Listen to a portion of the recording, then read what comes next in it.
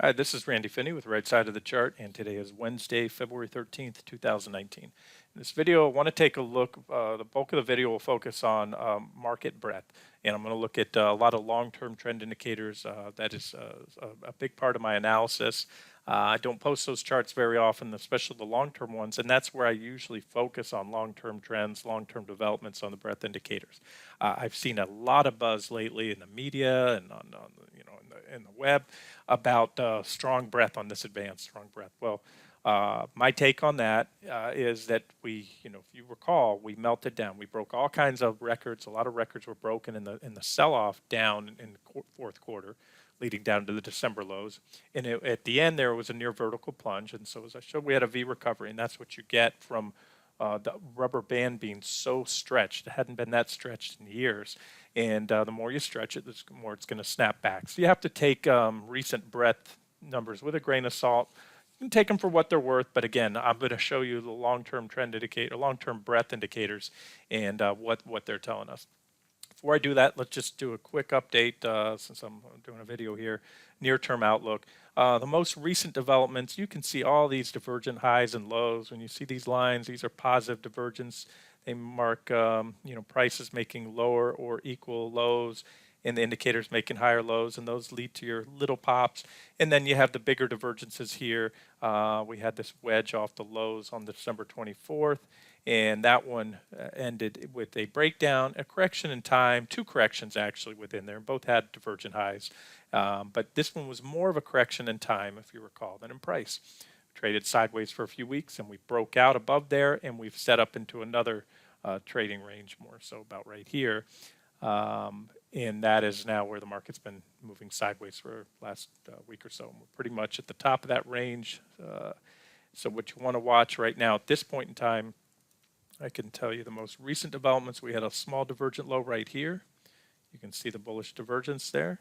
And that led to this uptick here, this little trend, short-term trend, micro trend, if you will. And right now we have a pretty clean up trend line on both ES, which we're looking at here, and NQ, and I'll get to NQ in just a second. In fact, ES, the divergence is starting to taper off here. In other words, becoming a little more steep. Now remember this, when you are trading wedge type patterns like this, this is the most important trend line right here. This is our uptrend line. So there's your sell signal will come on a break of this trend line. This is our divergence line, and this can simply be extended as long as the divergence remains intact. In other words, you don't want to, or you can't to keep the divergence intact. This is our much larger divergence line, and here's a near-term divergence. So in other words, if the S&P or ES pops up a little and does this, you will still keep these divergences intact. Didn't make that line perfect. If you do much more than that, then the divergences are burned through and you no longer have it. So, but this is still an important trend line, so keep an eye on that. And again, near-term stuff. This is a 60-minute chart. This is not a daily chart or weekly chart. So what this would be good for, I would say at least a pullback to test the top of this range that we broke out of recently. So let's extend that, and that would look something like this. And then, so we'll just have to watch from here. If we break that back down below, we come in, the next logical target would be the bottom of the range, about 26.24. All right, that's ES. Let's look at NQ. This is NQ, a nearly identical pattern. And again, this would be in my opinion, the most important level to watch right now on the 60-minute charts. It's not a super well-defined trend line, but it is worth noting. Here, let's tighten that up a little bit. There we go. All right, so we can bring that trend line in a little. There we go. Let me grab that. Yeah, that comes in, catches that reaction as well. So that's 1, 2, 3, 4 distinct reactions now. So that's that would determine, or give us the next sell signal on NQ. And that would take us down here. You can see some potential targets. But again, I think the most logical target, if you want to swing it down for a couple days, would be the bottom of this sideways trading range, which is also the top of this previous one right here. And so target 1, and if that goes, which I do favor, I think we'll work our way down to at least the bottom of this range as well. And that'd be a pretty nice drop if we get it. So let's see, that's about 6% right now, and there's some additional potential targets as well. But let's focus now. Let's turn our focus to the longer term breadth indicators here. All right, we're going to start out with this one. This is it shows you the S&P 500 on top with the S&P SPX A200R, which is the S&P 500 percentage of stocks trading above their 200-day moving average. So, that one will be bounded by, theoretically, 100 would be the top, but you're never going to have 100% of the stocks trading above their moving average, nor will you have 100% or all of them trading below it. In other words, 0% above the moving average. But we came darn close back in 09. You can see that we were down around, 2% or so. We've had a couple strong moves up to the top. Now, this also paints a bigger picture, and I'm going to pause here in a second to just digress and talk about where we are in the bull market or in the economic cycle. We are certainly in what they call late stage economic expansion. And in fact, I've read some of the major firms have confirmed that. Both the U.S. and a lot of European countries are already in late-stage economic expansion modes, which is, the final stage, and then you come to a recession. Now, we are in both as far as a business cycle, the economic expansion goes, and the bull market. We are undoubtedly in what I've been referring to as, the bottom of the eighth or even the ninth inning for a while now, but actually we're beyond that. I truly believe that. In fact, I can look at it this way. This is the second longest bull market in history, and at some point soon this year, it will be the longest. I look at it this way. Baseball games have, 9 innings, right? Go 9 innings, the game's over. Well, not really. If you're tied up, the game continues. In fact, baseball there's not any final. You can go into extra innings perpetually until somebody wins. In fact, the longest game in history, I looked it up, went, here, let me grab this.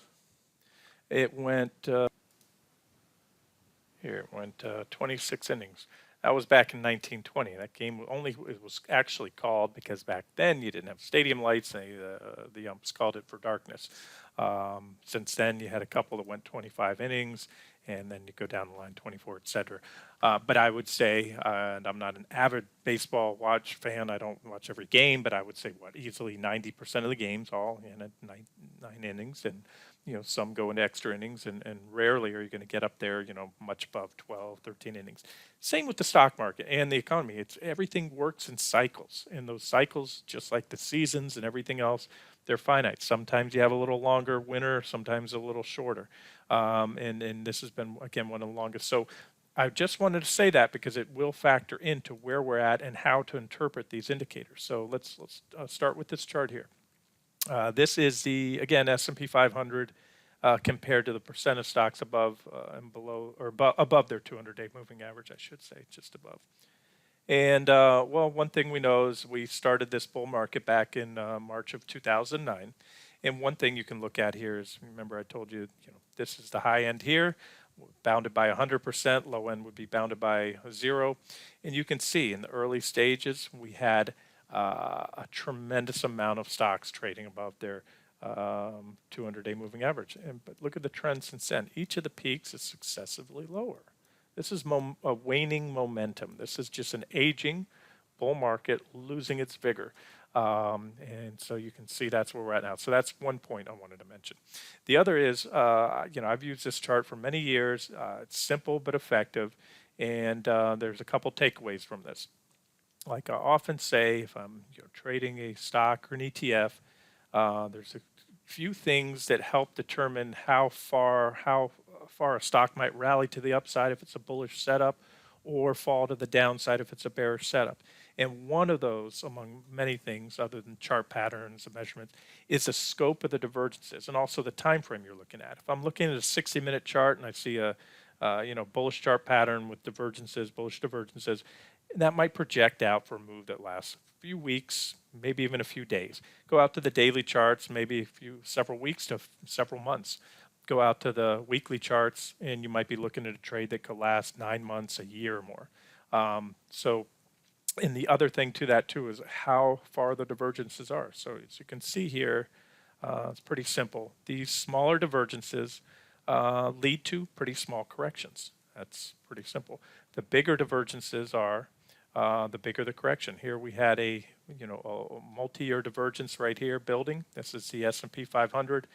The percentage of stocks trading above their moving averages were declining. This was, up until that point, the biggest correction and by far the longest lasting, much longer than this one so far, that the market had. That was what, a year and a half, almost 2 years, the S&P before it got back above its peak. It might have been even more than 2 years. And again, it was preceded by the largest divergence. And we had two sharp corrections within there. Again, smaller divergences, smaller drops. And back here leading up to the highs, now you don't always have to have very large divergences. I mean, we can see that in the 60-minute charts I started with recently. We've had some pretty small divergent lows that led to some pretty decent oversized rallies because the primary trend was up. But in this case here this is the top back in 2007. And you can see we had this divergent high here, a little shot across the bow, and strong advance up, two consecutive divergences, and that's all she wrote. So I wanted to point this out. This divergence that we have now leading up to the, first we had it into the highs in January of 2018, and that was followed by a very sharp correction. And again, it was easily priced into the charts. I pointed it out at the time as I pointed out this one. So from that point, that was just the initial correction. We pushed up, and again, the same divergences were simply extended because the market just made another high, consecutive high, with the divergences that were in place starting to steepen and drop off. And this, by the way, I mentioned there are a few variables, and I'm covering a lot here. It's not only the scope of the divergence or the distance, it's also how steep it is. In other words, you can see it's really drop off sharply here. So, if you have divergence like this, prices like that, and the indicators are like that, well, that's mild, that's negative divergence. But when you have very steep divergence, price going up or the indicator sharply moving down, even though it is shorter in duration, that's a more powerful divergence. So right here, you can see in 2007, this wasn't a very long-lasting divergence, right, into the highs, but it was pretty steep. And then it started falling off a cliff at the end. And when I say at the end, that's when the market pushed up to all new time highs. So everybody was as giddish and bullish as they could be back then, yet this was flashing a red sell signals and warning signs like nothing I've ever seen. And again, you had it very similar right here. So, the Q4 drop was certainly priced into the charts. The media claimed it came out of nowhere. They tried to blame the trade wars, this, that, and the other on it. But that's what I wanted to point out. Now, the million-dollar question is, okay, are we in the fifth inning, sixth inning, seventh inning? And some people believe we are. Some people believe this market's going to go on as long as the Fed is easy. And if that was the case, then the recessions and bear markets are over. Take all your money right now, put it all in equities in your 401k. Every time there's a dip, take a mortgage out on your house, buy more stocks, if that's your belief. I'm a firm believer that the Fed is not omnipotent. They cannot stave off recessions. They've certainly juiced the market, but there will be a time where the business cycle just naturally runs its course. And that's what I'm trying to point out here. Okay, one more takeaway from this, something that I think was worth pointing out is, okay, so there's been a lot of talks about how strong this advance is and how strong breadth has been, and you can see it right here. Look at this sharp move up in the percentage of stocks trading above their 200-day moving average, right? Sharp move up, really no different than what we saw. I did a video was it yesterday? Talking about the similarities between the initial bear market rally, the first wave 2 up in the bear market, which was one of the worst bear markets in history right here, 55% drop. Doesn't look like much because this is not log scaling. I cannot, unfortunately, set this to log scaling on stock charts, but just keep in mind that was a 55% plunge. And to me, this looks nearly identical. So you had the wave down, the correction that I showed you yesterday is almost mirrored this one in percentage terms. That's what's relevant here. This is a much larger bear market, so you want to look at everything in percentage moves. And so far, this is mirroring that last move pretty closely.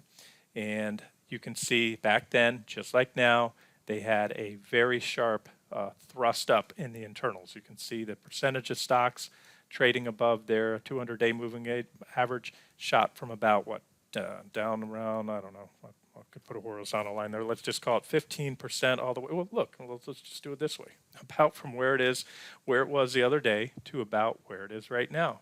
Okay, so point I'm trying to make is so far there's not anything, I shouldn't say anything, but there's not a whole lot different right now from the initial bear market rally in early 2008. So I circled the peaks, I circled everything there, and again, take it for what it's worth, and only time will tell if this is another great buying opportunity like 2015 or any of these other ones, or if it's one of the best chances that you'll have, or the last chance. I mean, how many of you wish you could go back in time in 2008 and sure, if we can wish for what we wanted, we'd wish to get out at the top of your 401k.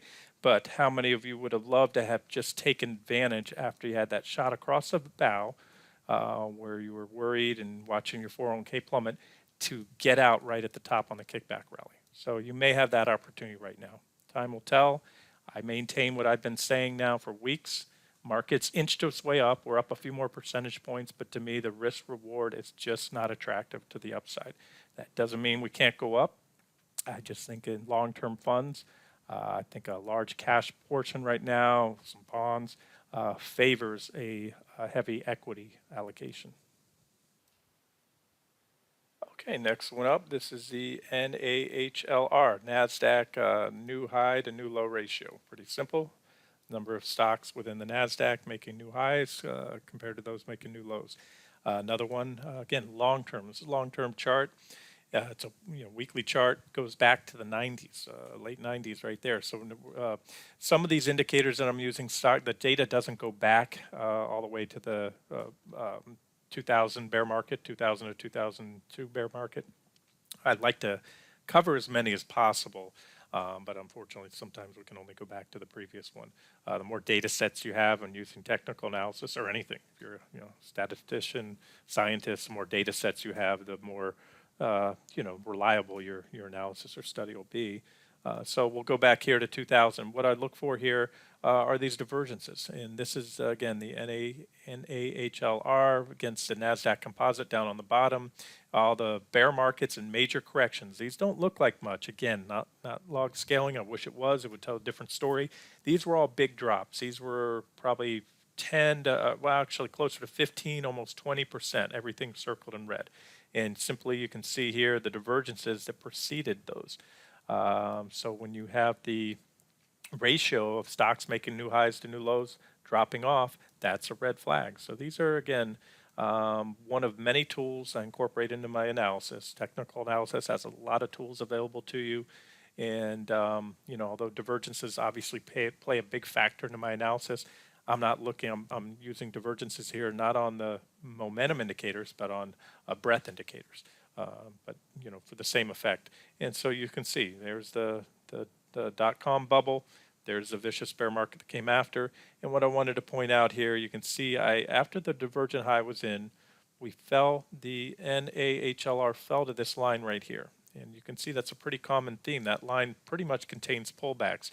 It didn't in the 08 to 09, the 08-09 bear market, but it did contain this one again. So there's a level to watch, and you can treat it this way. So far, since the bear market ended, the previous one, pullbacks this level have been a great buying op. And I'm going to show you some different charts if we have time. This one doesn't show it here because we didn't have a big meltdown in 08. But it did happen here, where if you bought it here right at the top, it was a false signal. It told you to get in on that first kickback rally, and you lost your butt. And if you tried to do it again, you lost your butt again. And again, I'll show you a better chart here in a minute. But here's the point as well. So when you come in after the divergent high, you had the initial leg down, you had a kickback rally. Every bear market does. Nothing goes down forever. That kickback rally right here came and stopped well short of the high, that divergent high, the reaction high that gave us the divergence. And in the 2007 top in October, same story. Where we fall to, not by coincidence, same exact level. Where did we pop on the first bear market rally? Not by coincidence, we stopped shy. So these are things I'm watching for. Right now, we're still shy. We're close to where the divergent high was, almost up to it, but we haven't taken it out.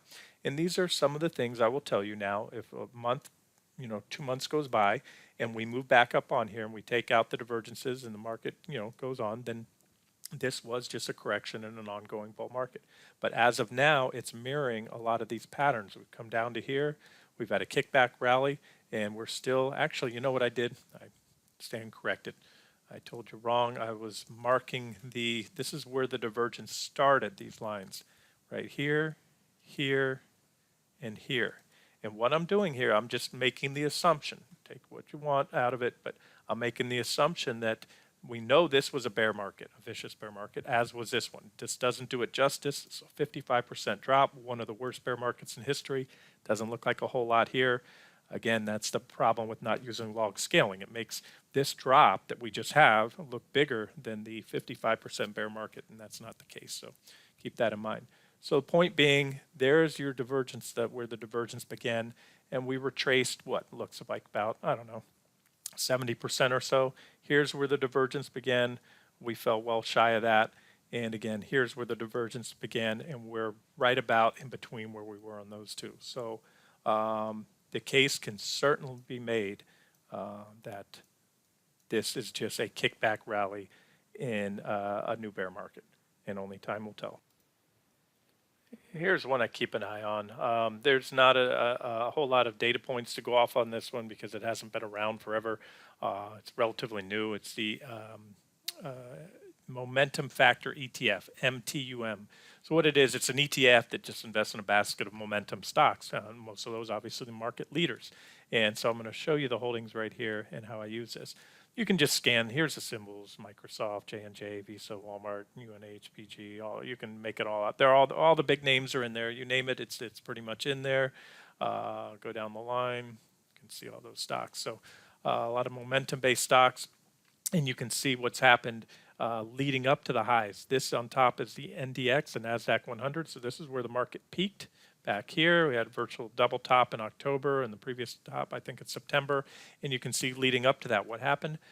There's a tell in the market. It's like playing poker. You got to look for these tells. The momentum stocks started to diverge at the highs. All of a sudden, MTUM was making lower highs with the market going on to make higher highs. And of course, there was a lot of other things going on there. Now, what's happened, it started making a move up here, but lately they've been diverging again, this basket of stocks, as the market moves higher. Maybe a tell, maybe not, we'll see. Just something to monitor. And again, we don't have a lot of history, but when things were healthy, you could see they were moving up, and they were moving up stronger than the market. So it's only those divergences. At least it was a warning here at the highs. Maybe it is telling us something now, maybe not. Here's another one I really like. This is the NAA 200R, which is the Nasdaq percent of stocks trading above their 200-day moving average, similar to what we looked at on the S&P. And you can see, same story. Here's the Nasdaq Composite. We're looking at several market cycles here. This is the 2007 to 2009 bear market. Again, it looks like a little blip on the radar. It looks like nothing compared to this, but it was, remember, 50+% drop. And you can see pretty large divergence, and those divergences were already pretty significant, and then they started dropping off the cliff, fell off a cliff. In other words, the divergence has steepened as prices continue to advance. The number of stocks trading above their 200-day fell off sharply, and you can see without fail. And if I miss something here, just drop me a line or post it on on the site in the comment section if you're a member, or on YouTube channel. But I believe I've done a pretty thorough job in sniffing out every divergent high between prices making higher highs and these this indicator making lower highs, and without fail. These are all tradable corrections. I'm talking 10% plus when I say a tradable correction. Maybe 8. I don't know. You can look in here. I just know that these were all, around 10% to up to 20% or more on the drops here. And so there's an indicator that's virtually 100% effective. Now, it's not a timing indicator. It is a heads-up warning. And this is sometimes I'll talk about these things building for a long time. These are charts that I've shared over the years. So what you do is you align this. It helps formulate just how big a drop you're going to have. And that's why, I was looking for a drop in Q4 that, from what I could gather, most had no clue was coming and why it was so big. again, it was priced into the charts. A lot of these. This is the largest divergence we've had and the steepest. This, in fact, was larger than what we had leading up to the 2007 highs. And more steep. You can see there we had it was longer in duration, and then the drop off was just as steep. So therefore, you have to decide, and it should really formulate into your longer term investing and trading. It doesn't mean go short the markets and hold it forever. You have to time your swing trades more tactically. But this is 401k. This is long term stuff, and also it puts you in the mindset when you have a correction. Do you want to buy that dip and hold it for the ride to next highs, or do you want to maybe have a tactical trade where you go long, you ride it up into resistance, and then you look to close those longs out and then reverse back to short? That's where I think a lot of people will sit there in hindsight say, "Oh, the trend is your friend. The trend is bullish. The trend is bearish." No, you need to have an opinion on where the market's going to go, or you're going to get caught holding the bag if all of a sudden, because a lot of times the market tends to do that, it can drop very quick. I've traded long enough to tell you, if you stay too late to the party, and I warned of that on the short side heading into the December lows, I said you do not want to stay too late to the party. You will see what will happen, and boom, December 26th, and then the market never looked back. And the same thing will happen on the long side. Maybe not this time around, but maybe. And that's the case I'm trying to make here. So there it is. There's your 2007 highs. Let's just compare similarities. Again, larger divergences. And we had back then, like now, a pretty convincing kickback rally. And that was that first leg up. We'll call it wave 2 in the 1, 2, 3, 4 wave, 5 wave pattern in the bear market that we had back then. And so only time will tell if this proves to be, wave 2 up, if you will, with another wave down to come. Or I should say several more waves. And I can go on and on. I still have so many charts to do. I won't go over all. This is the same thing, just on a little smaller scaling. These are the percent of stocks in the Nasdaq trading above their 50-day instead of their 200-day. But the same story. Without fail, you can see these divergences. Again, the bigger the divergences, the harder they fall. 55% drop, bear market, 2007. All the other divergences without fail, followed by, I didn't measure them all out here, but I measured some of them out. A minute ago, I was telling you what those corrections were, and I said they were most around 10%, maybe a little shy. There's about 8.5, 15, 17, a little one there, 6, and then now they're getting consecutively bigger in what seems to be this looks closer to what we saw in 2001 than what we saw in 2007 as far as a market top. But you can see these divergences. Again, this is the takeaway. Building, and we're not up there yet. And if we happen to reverse anytime soon, we don't want to see us take out these previous highs right here. That's the last high, and right now we're still below that previous high that started really this large divergence right here. Here's another one I like. This one's sort of unique. I've tracked this one for many years. I like to compare. I made a ratio of the percentage of stocks in the S&P trading above their 200-day versus those trading above their 50-day. Again, it's a ratio of the two. And so what you're going to have is during periods of corrections, that ratio will fall. You have a lot of a lot of stocks dropping at the time. So what stands out to me, I put a horizontal line, the blue line. Doesn't matter what numerical value the level's at. It just shows you over time. And again, we're going back a couple market cycles here. So you can see when you hit that line, essentially in a bull market, it is a gift. It is a load the boat, go long, you're going to be rewarded. And what this speaks to, and I think this may be what's going on now, again, time will tell, sort of the classical conditioning. If you had any psych courses in school, especially higher level, you'll certainly know Ivan Pavlov. You heard of Pavlovian conditioning. That's where conditioned stimulus equals a conditioned response. So he's the one that trained the dogs, fed them, rang a bell, or played some instrument, some sound, and the dogs would then salivate when they heard the bell, whether or not the food was there, because they became accustomed to the bell ringing and food being served at the same time. So what it has to do is dip buyers in that mentality where when you see these certain levels, these corrections, you're rewarded, and you come in and you buy. And what I did, I even took the time to measure it out for you here. So if you bought that signal from there to here, the market popped about 40%. You got caught most of the trend. We had another correction back then that brought us down here.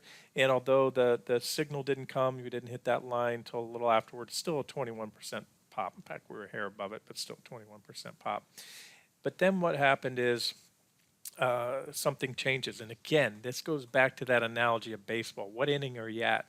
Do you want to, lay a heavy bet if you think the market is in the eighth or ninth or even in or extra innings like it undoubtedly is now? You can just look back historically. We know we're in extra innings. That's nobody can argue that. So, sooner or later you're going to have one of these. And I should have that's supposed to be a red line right here. I have the other lines red. This was the market top in 2007. So what happened is you had that line hit, and that signal proved to be a false signal. You got in, you lost money. Okay, so then you said, okay, well, here we hit the line again at this point. That's where the red line is. So I'm going to go long. Didn't work. Okay, so let's try it again. We had a little pop, a little rally there, hit the line again. Didn't work, didn't work, didn't work. These signals don't work in a bear market. The same dip buying opportunities, pullbacks to support, percentage of stocks above or below their moving averages, all kind of things like that work great in a bull market don't work. And so the hard part is, you'll only know with certainty in hindsight when you're in a bear market and in a recession. But the problem is by the time that's confirmed that you've hit all the metrics, and it's confirmed that we're in a recession, the market's going to be down 30-40%. So it's a little too late. So again, go back to bull market. This is the 2009 bottom, and it started working again. Buy the second you hit that line. As soon as that line's tagged, you had a 28% gain on just a quick rally. Wait again here, even though we went below, doesn't matter. You wouldn't know in hindsight the next few days. You hit the line, you bought right there, you nailed the bottom. You got 100% return on your money over the next few years if you just stuck with the trend. Right here, you hit it again on that correction right there, and you got a 13% gain. Pretty quick order, right? You hit it again, you loaded the boat long, you had a 61% gain over a period of about 3 years. So again, it's a matter of where are we at?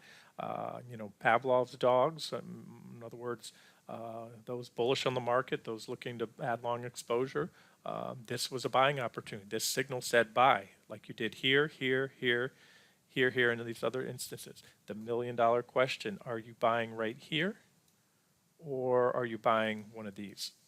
All I can say is, statistically, the longer this goes on, the higher probability is that one of these corrections will be that initial thrust down, and so you're going to get caught holding the bag. And this chart meshes very well with the one I just covered. Completely different indicator. This is the NASI, the Nasdaq Mcclellan Summation Index, top versus the S&P down below. I could have put the Nasdaq here and should have. It doesn't matter. They're going to mirror each other. Same story. You can see there's a line. Again, value is irrelevant, but you can see where I placed it, just looking at where the reaction lows came from. And again, the returns would be about the same as the ones I just showed you. So it's a matter of being rewarded. Buy, the bell rings when that level's hit, go long, and those are the rare buying opportunities in a bull market. What happens is, like anything else, it works until it doesn't work. To sound like a yogiism if I can. And that's the story here. So what happened is you got your buy signal there. You went in, and there was a little upside, and then that was it. You got another one, so maybe you loaded or took that signal, and all of a sudden something happened. We dropped down pretty sharp. Okay, no big deal. We have another buy signal. Nope, failed buy signal again. What happened? Another buy signal somewhere down here, and then the bottom fell out. So point being that the buy signals and sell-offs and corrections and all these signals that trigger from it that work great in bull markets don't work in bear markets. In fact, they lure you in. These are the sirens, if you will, of stock traders. If buying dips. And then once the correction was over, down here in 2009 lows, you got the signal again. It finally worked. Hey, we're in a bull market. Buy pullbacks, or at least not pullbacks, the tags of the NASI to this level, and you will be rewarded with great riches. That is, and we'll see what happens. So far, I put a red dot there. Why? Because we had that signal, and boom, you got smoked on it already. So there's a red flag, caution one. That was just like this one. Hey, the first one didn't work. We had another signal there that told you to get in closer to the bottom. So far, it has worked, and only time will tell. These also worked. You had little rallies here along the way, and only time will tell if this just happened to prove to be a whipsaw signal. Okay, and then finally we'll wrap it up here with this one. I have some more I could go over, but I think this is enough to drive home the point. This is the NAADW. So the NAADW, if you use stock charts, if you do NAAD, that's the daily of the Nasdaq advancing versus declining issues. If you add a W at the end, you get a weekly chart. So just every puts it in each week by week instead of day by day. And you can see now what we have here. We're covering the several market cycles. We have the .com bust and the subsequent bear market from 2000 to 2000, late 02. You have the Great Recession there and the 55% bear market that followed. And you have the bull markets leading up to the highs and everything else. So what do you look for? Well, same old thing, divergences. And again, these are not, I cannot impress us enough. I started out with the 60-minute charts. One has nothing to do with the other. I show you a 60-minute, it's a short-term sell signals will be triggered on those breakdowns. This is long-term stuff. So this again helps formulate, where you might be looking for the next couple of years if you're trying to figure out where the market would be headed in the next, year or two or even three. And so what you can see here are divergences. These are common traits leading up to the end of a bull market. So you had the big run up there. You can see the divergences between the number of stocks advancing versus those declining. It was dropping off. That is deterioration in market breadth. That's what this whole video has been about, showing you times. And you can see here, for example, this is when you want to be, when there's really little risk in the market. This is a healthy market advancing when the stock market's advancing up above. Oh, no, I'm sorry. On the bottom, we have the market. This is the Nasdaq down here. But when the stock market is advancing, and so are the internals, you have more and more stocks participating, and more a higher ratio of advancing stocks than those declining. It's only when things change. So that's what the divergences point out. So all of a sudden, at some point, the stocks are rising, but yet the breadth is deteriorating. You saw it here again, and these are large. This is, again, bigger picture stuff. These are several years divergences. There's the Nasdaq rising up to the 2007 highs, and you can see divergence, especially at the end there, a little steep drop off. And these dotted lines mark the market tops, by the way. So that shows you the divergence. Again, both fell as they should be in sync. They were both falling. Healthy market advance. And although the market kept climbing, and there's a takeaway. These are not timing indicators. These divergences can extend, and they usually do for at least a couple of years, and sometimes 4 or 5 years or more. But the final takeaway from this would be that the current divergences are the largest divergences on record since the .com bubble. They even exceed the divergences that we had leading up to the 2007 high, and so again. It's just a correction. We've had divergences along the way that had little correction. Well, little. This was a pretty sizable correction there. Little correction right there. But these are pretty big divergences. So just wanted to point those out. Okay, we'll wrap it up here. It's been a long video because I wanted to cover as many of these indicators as I could, and hopefully that helps. And again, the flip side to this is if a lot of these divergences and things burn out, it is possible. Records are meant to be broken. Maybe this will be the 26th inning, if you will, or we'll go into the 26th or 27th inning in 2019 and 2020. So maybe this correction, which technically was a bear market, but I don't look at it that way. I think most technicians don't.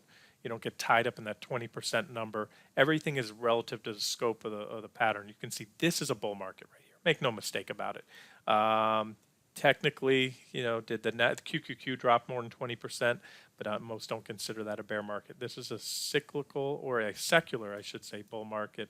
Actually, they're both cyclical bull markets.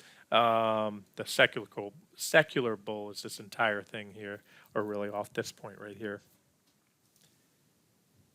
And again, remember, because of the fact that I cannot set this column here on the index to log scaling down when I add it down here in stock charts, it will give a distorted picture. So that's why the 55% drop looks comparable to what this was. So this again is really considered, in my opinion at least, a correction within an ongoing bull market. Or maybe in hindsight, and that's what we'll see, will it be the initial leg down in a new bear market? And we'll only know that after these lows, if and when these lows are taken out by a pretty good margin. All right, we'll wrap it up here. This has been Randy Finney with Right Side of the Chart. Hope you enjoyed it.